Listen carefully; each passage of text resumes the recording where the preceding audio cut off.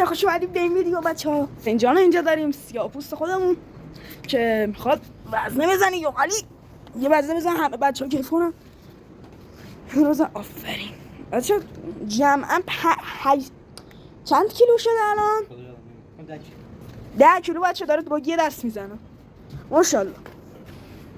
یه دونه جان ها بچه‌ها میخواستم بهتون بگم بچه‌ها این حسین کله مسخره که دارید ببینید با مزه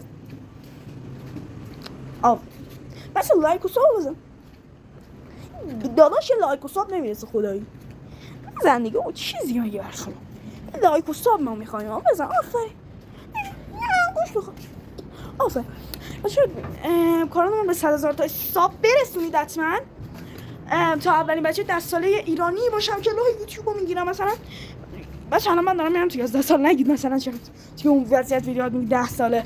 من دارم میرم تو 11 سال الان.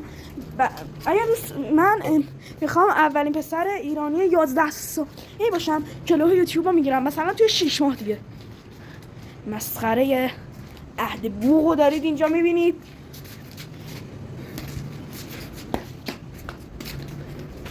که خیلی خب چه خبر بچه؟ حالا از خودتون بگید.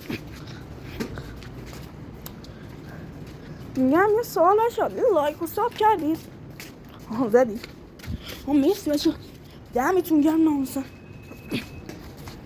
خب داشتم بهتون میگفتم بچه میگم شما ایده به من ندادید هنوز منتظرم. خداحافظ تا درودی دیگر پیش اوت.